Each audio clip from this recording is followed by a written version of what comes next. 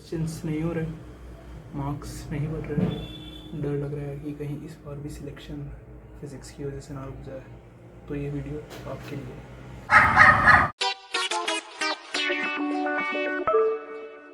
Time stamps से पहले बात कर लेते हैं सिलेबस और वेटेज की। सिलेबस की बात करें तो टोटल 29 चैप्टर्स हैं नीट फिज़िक्स में, जिसमें से क्लास 11th के सिलेबस में 15 चैप्टर्स हैं और क्लास 12th के सिलेबस में 14 चैप्टर्स हैं। बात कर लेते हैं क्लास 11th के सिलेबस की। तो 11th के सिलेबस के पार्ट 1 में जो चैप्टर्स हैं वो हैं physical world, units and dimension, motion 1D, motion 2D, जिस NLM, work energy power, rotational motion और gravitation, solids, fluids, thermal properties of matter, thermodynamics और KTG, उसके बाद SHM एंड वेव्स। तो ये था क्लास 11th का सिलेबस। अब बात कर लेते हैं क्लास 12th के सिलेबस की। क्लास 12th के सिलेबस का जो फर्स्ट पार्ट है उसमें चैप्टर्स हैं electric charges and field, electrostatics, potential and capacitance, ये current electricity, charges and magnetism और मैग्नेटिज्म एंड मैटर, उसके बाद इलेक्ट्रोमैग्नेटिक इंडक्शन, अल्टरनेटिंग करंट और फिर EM waves, ray optics and optical instrument, उसके बाद वेव ऑप्टिक्स। ये उसके बाद स्टार्ट होती है हमारी मॉडर्न फिजिक्स, जिसमें आते हैं dual nature of radiation and matter, atom, nuclei और सेमीकंडक्टर्स। बात करूँ वेटेज की, तो अभी वेटेज जाने का टाइम नहीं है, अभी आपके पास 9 मंथ्स का टाइम है। अभी आप हर एक चैप्टर को इक्वली इंपॉर्टेंट ट्रीट करें। सिलेबस कंप्लीट करने के लिए जो सबसे इंपॉर्टेंट चीज़ है वो है टाइम। तो क्या हमारे पास सफिशिएंट टाइम है जिससे कि हम अपना स्कोर इम्प्रूव करके 160 प्लस तक ले जाए? तो मैं कहूँगा हाँ, बिल्कुल सफिशिएंट टाइम है। अभी अगर आप 0 लेवल पे भी हो तो भी अगर आप अब मेहनत करो तो अपना स्कोर 160 प्लस लेवल तक ले जा सकते हो। मेरी कोई खुद की फिजिक्स इतनी अच्छी नहीं थी, पर मैं लेके आया इतने मार्क्स क्योंकि मेहनत की थी। हमारे लिए वेकअप कॉल भी है कि देख लो, अभी नहीं तो कभी नहीं। अब अगर 2-3 महीने और ये किए कि बायो और केमिस्ट्री पढ़ लेते हैं, जो वीक चीज़ें हैं उनको नहीं पढ़ेंगे, जो चैप्टर्स जो टॉपिक्स हमको आते हैं सिर्फ वही करेंगे, तो फिर आगे जाके नहीं होगा। ये सोचो कि फिजिक्स लास्ट में करूँगा तो होगा नहीं लास्ट में। बैकलॉग है तो अभी कवर करो। कुछ चैप्टर्स छूटे हुए जिसकी वजह से टेस्ट में भी मार्क्स कमा रहे होंगे, तो वो अभी टाइम है करने का। 9 महीने बचे हैं, अभी बिल्कुल कर सकते हो, अभी करो उनको। अभी से अगर 9 महीने लग के मेहनत कर रहे हैं तो तुम्हारा फ्यूचर सेल्फ तुमको थैंक यू बोलेगा। तो अब प्रोक्रेस्टिनेट करने का टाइम नहीं है, अब मेहनत करने का टाइम है। तुम अगर अभी भी ये सोचते हो कि बस फिजिक्स में इतने मार्क्स आ जाएँ, बायो और केमिस्ट्री में तो इतने ले ही आऊँगा, तो इन सब का कोई फ़ायदा नहीं है। क्या करोगे अगर बायो टफ आ गई 2022 की तरह, केमिस्ट्री टफ आ गई 2023 की तरह? मर्फीज़ लॉ के बारे में सुना है, anything that can go wrong will go wrong. डरा नहीं रहा हूँ, सच्चाई बता रहा हूँ। Prepare for the worst. अगर तुमको बेस्ट आउट चाहिए नीट वाले दिन, तो फिज़िक्स तो इम्प्रूव करनी है, ये तो ठान लिया तुमने, पर इम्प्रूव क्या करोगे? पहले अपनी प्रॉब्लम्स तो पता करो। तो बात कर ले अगर प्रॉब्लम्स की, तो मेजर प्रॉब्लम्स जो बच्चे फेस करते हैं या तो कॉन्सेप्चुअल होती है, या न्यूमेरिकल्स नहीं होते बच्चों से, या कैलकुलेशंस नहीं होती, या अंडरस्टैंडिंग बेस्ड होती है, या डाउट्स नहीं पूछते बच्चे। ये सारी प्रॉब्लम्स है, ये तुम खुद फिगर आउट करो कि तुमको किस में दिक्कत आती है। मेजर जो बच्चों को दिक्कत आती है मेजर क्वेश्चंस में, न्यूमेरिकल्स नहीं होते, बोर्ड ट्राई कर लिया, क्वेश्चंस नहीं बन रहे, थ्योरी पढ़ ली पूरी, मॉड्यूल के क्वेश्चंस नहीं हो रहे। तो सबसे पहला डाउट जो क्वेश्चंस के रिगार्डिंग तुमको होगा कि पर चैप्टर क्वेश्चंस कितने करें। तो मैं सबसे पहले यही बोलूँगा कि पर चैप्टर मिनिमम 150 क्वेश्चंस तो होने ही चाहिए।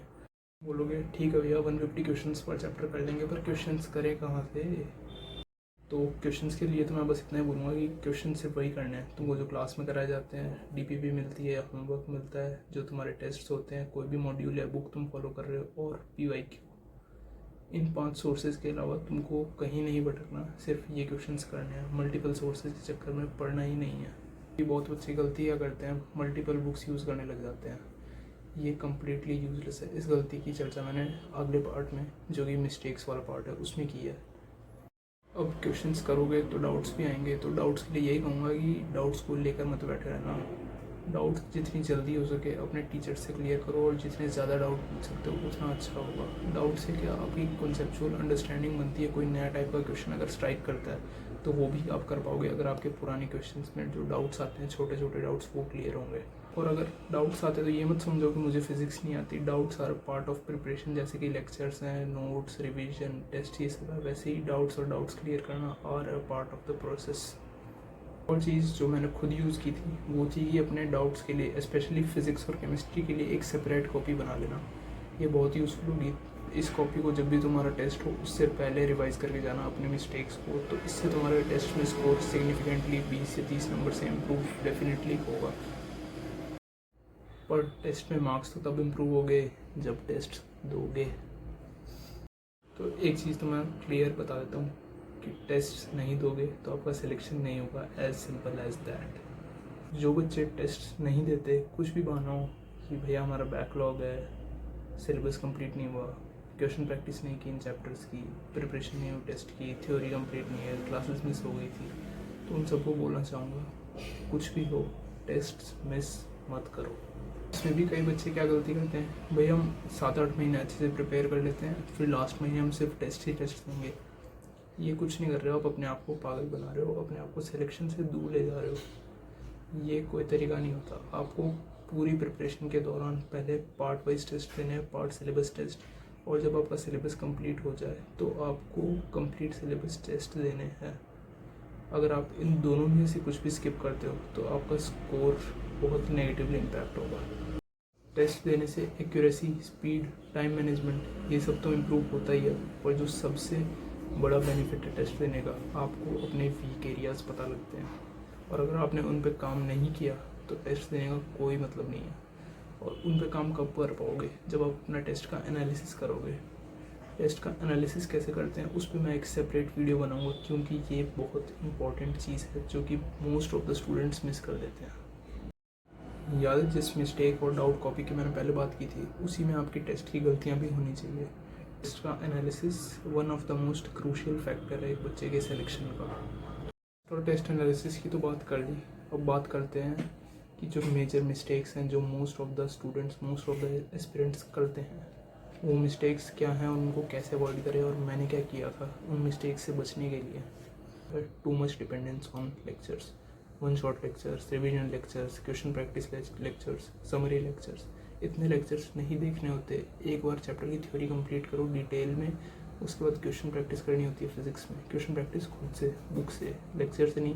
एक बार क्वेश्चन नहीं आया तो वीडियो ऑन कर लिया, टीचर बता देगा। ऐसे फिजिक्स में माइंड डेवलप नहीं होता, खुद से करना होता, स्ट्रगल करना पड़ता है। मेजर मिस्टेक, तुम्हारी सबसे बड़ी प्रॉब्लम पता है क्या, स्ट्रगल नहीं करना चाहते। जब क्वेश्चंस नहीं बनते तो जो डिप्रेशन आता है, चैलेंजेस आते हैं, उससे डील करना पड़ता है, पर तुम वो नहीं करना चाहते। तुम क्या करना चाहते हो, सिर्फ वीडियो पर क्लिक करके उसका सोल्यूशन देखना चाहते हो। इसीलिए क्वेश्चन टेस्ट में नहीं बनते। कहते हो नहीं मार्क्स मेरे अटक गए हैं, मेरे मार्क्स बढ़ नहीं रहे, 25, 50, किसी की 80 मार्क्स को कोई बोलता है मेरे 100 क्रॉस नहीं हो रहे। क्या रीज़न है, यही मेजर रीज़न है कि तुम खुद से मेहनत नहीं करना चाहते। मॉक टेस्ट में, नीट में क्वेश्चंस तभी होंगे जब घर पे खुद से क्वेश्चंस ट्राई करोगे। जब पर चैप्टर 150 क्वेश्चंस करोगे तब जाके क्वेश्चंस होने लगेंगे। क्वेश्चन प्रैक्टिस के लिए कहा तो बहुत सारे बच्चे क्या गलती करेंगे, रैंडम बुक्स उठा लेंगे, एच.सी. वर्मा, इरोडोव, जो जेईई मेंस लेवल की चाहिए, एडवांस लेवल की बुक्स होती, वो अपने किसी यूज़ की नहीं है। नीट के सिलेबस से स्टिक रहो, टू द पॉइंट पढ़ाई करो, टू द पॉइंट तैयारी करो। सेकंड मेजर मिस्टेक बच्चे करते हैं, अगर किसी भी सब्जेक्ट में मान लो फिजिक्स में नहीं आया मार्क्स, या ओवरऑल टेस्ट में मार्क्स कम आए, तो अगली बार से टेस्ट अवॉइड करने लग जाते हैं। टेस्ट मत छोड़ो, mock test are the backbone of your NEET preparation. तो थर्ड मेजर मिस्टेक, बच्चों का बैकलॉग हो जाता है। सबसे पहली प्रॉब्लम, तुमने बैकलॉग क्रिएट क्यों किया, क्यों तुमने क्लासेस मिस की। सेकंड मेजर मिस्टेक, अब तुम उस बैकलॉग को लेकर बैठे हो, यूट्यूब पे सर्च करो बैकलॉग कैसे कवर करें, बैकलॉग कैसे कंप्लीट करें। ऐसे करने से नहीं होगा। अभी जो क्लासेस चल रही हैं उनके लेक्चर लो, साथ साथ में एक लेक्चर पीछे का थोड़ा थोड़ा बैकलॉग साथ साथ में कवर करते जाओ। जो सिलेबस टेस्ट में आ रहा है कोशिश करो कि वो कर पाएँ। धीरे धीरे करके बैकलॉग कवर होगा। मेरा भी बैकलॉग था, मैंने भी कवर किया। 90% बच्चों के पास बैकलॉग की प्रॉब्लम होती ही है, पर सिलेक्शन में नहीं का होता है जो इससे डील करके आगे बढ़ जाते हैं। चौथी मिस्टेक जो बच्चे करते हैं, मल्टीपल टीचर से पढ़ना। ये तो सबसे बेवकूफ़ी भरी चीज़ है। आपको एक टीचर से स्टिक रहना है, आपकी तभी कॉन्सेप्चुअल अंडरस्टैंडिंग बनेगी। फर्स्ट चैप्टर से लेके 30th चैप्टर तक, फिजिक्स हो, केमिस्ट्री हो, बायोलॉजी हो, एक टीचर से पढ़ो। फिजिक्स एक टीचर से, केमिस्ट्री एक टीचर से, बायो एक टीचर से। अगर आप टीचर स्विच करते हो हर चैप्टर के लिए तो आपको पता भी नहीं लग रहा और आपकी तैयारी जाती जा रही है नीचे। देखो यार, मैं हमेशा कहता हूँ कि मिस्टेक्स 99% एस्पिरेंट्स की सेम होती है, तभी 99% का सिलेक्शन नहीं होता, और जो 1% वो मिस्टेक्स नहीं करते उनका सिलेक्शन होता है। तो उन मिस्टेक्स की तो बात कर ली, अब मैं ये बताऊंगा मैंने क्या किया था इन मिस्टेक्स से डील करने के लिए, और कैसे मैंने ये गलतियाँ अवॉइड की। फर्स्ट ऑफ ऑल, सिर्फ थ्योरी का लेक्चर लेना, उसके बाद one shot lecture, summary lecture, revision lecture, question practice session, इन सब में टाइम वेस्ट नहीं करना। एक बार थ्योरी कंप्लीट की, उसके बाद खुद से क्वेश्चन प्रैक्टिस करो। जो भी मॉड्यूल आपके पास है उससे 150 क्वेश्चंस उसमें होंगे, वन या जितने भी क्वेश्चंस उसमें हैं वो कंप्लीट करो, टेस्ट लो, टेस्ट में जो गलतियाँ हैं वो इम्प्रूव करो, अपने डाउट्स क्लियर करो। इस तरह होता है चैप्टर की पढ़ाई। और क्वेश्चन प्रैक्टिस में एक चैप्टर कंप्लीट कर लिया, अब ये नहीं कि दूसरी बुक से भी करना है।